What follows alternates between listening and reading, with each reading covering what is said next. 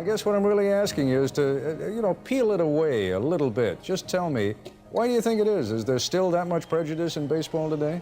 No, I don't believe it's prejudice. I truly believe that they may not have some of the necessities to be, let's say, a field manager or perhaps a general manager. Why are black men or black people not good swimmers?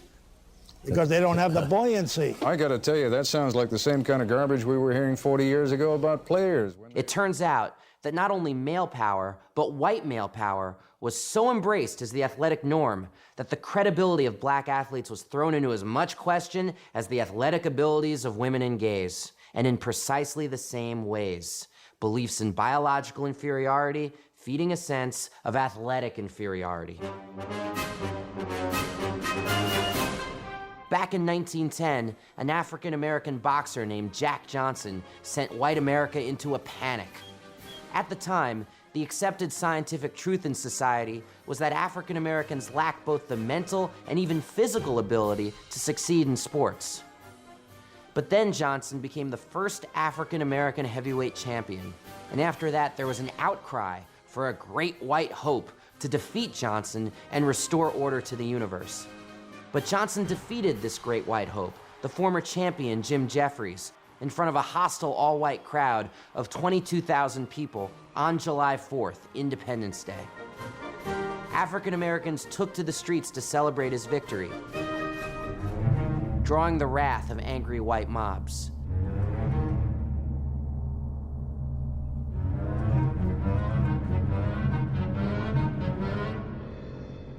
For many, Jack Johnson was much more than just a boxer. As a powerful symbol of black masculinity, he represented a direct threat to white male power, both inside and outside the ring. And his example would inspire other black athletes to fight for equality in ways that would reverberate beyond sports. Four decades later, that fight would reach a culmination of sorts with Jackie Robinson. Jackie Robinson, a pioneer in spikes. He not only made good with the Dodgers, he made the national pastime national.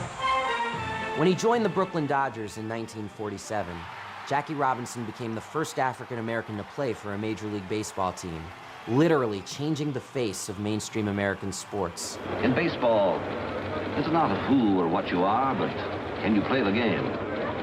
Jackie Robinson sure is playing. Like Jack Johnson before him, Robinson demonstrated great courage in the face of hostility from legions of white people who believed black athletes had no business playing alongside whites.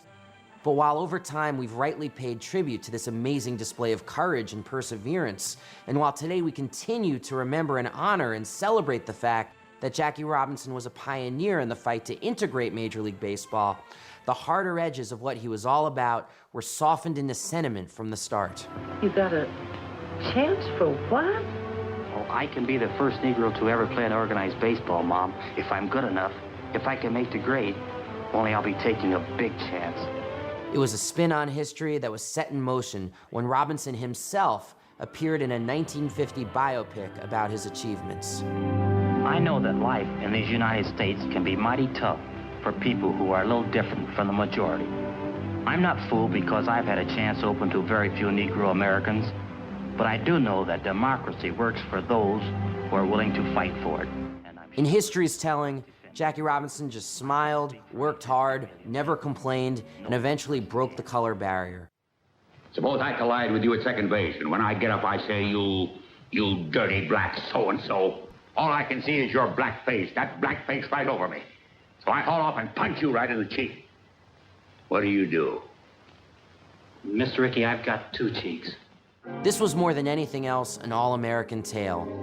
The story of a single heroic individual whose hard work and calm turned the other cheek resilience in the face of injustice, far from posing any threat to American ideals, actually confirmed them. That's the great thing about athletics. You learn to act democracy, not just talk it. It's what a man can do that counts, not his religion or his race or from what country his parents come. Fair play of this kind is wiping out what the communists are thinking and saying about us. The public liked this version of Jackie Robinson. It was unthreatening. It neatly defined his achievements within the frame of American values and patriotism. And it also conveniently concealed how, despite his singular achievements, the grossest forms of institutional racism, segregation, and inequality were still legal, acceptable, and practiced across a broad cross-section of the country. The KKK, the Ku Klux Klan, the Grand Wizard, Dr. Green, called the Atlanta Ball Club and said if Jackie appears on the field, he'll be shot and killed. A nightmarish reality that would eventually knock the seemingly conservative Robinson off script. Jackie Robinson, who was an aide to Governor Rockefeller and who has left the Republican Party as a protest against the Nixon-Agnew ticket, was back campaigning today. Robinson started to speak out about how racism persisted despite his individual achievements. All these guys who are saying that we've got it made through athletics, it's just not so. You as an individual can make it, but I think we've got to concern ourselves with the masses of the people, not by what happens as an individual. So I merely tell these youngsters when I go out, certainly I've had opportunities that they haven't had, but because I've had these opportunities doesn't mean that I've forgotten. He wanted to shift the terms of the discussion away from individual achievement to structural barriers to individual achievement. And Robinson writer James Baldwin once said that America was a country that was devoted to the death of the paradox. He meant that we pride ourselves on keeping things simple, straightforward, uncomplicated. We want our play to be play and our work to be work. And I think this is at the heart of why we have such a hard time thinking of politics as mixing with sports. But there's just one problem with this whole notion that sports is somehow pure and should remain untouched by the world outside. It's not even close to being true. Gatorade, that's G. For one thing, it misses how the supposed purity of sports has long since been defiled by commercialism. If you want revolution, the only solution evolve. Gotta evolve. If you want revolution, the only solution evolve. The outside influence of commercialism and media money on American sports is so powerful that it has turned political rebellion into a brand. Say you want a revolution. It seems only commercialism is capable of making sports safe for politics. More than anything else, I'd argue that it is corporate power and fear of a backlash from sponsors that drives the anti-political attitude we find in our sports culture and makes athletes afraid to rock the boat. Introducing the Mercedes-Benz SLS AMG. And how athletes negotiate this pressure tells a story about American power and politics all its own. Some cave, some stand up for what they believe regardless of the consequences, and some, like LeBron James, can't seem to make up their minds.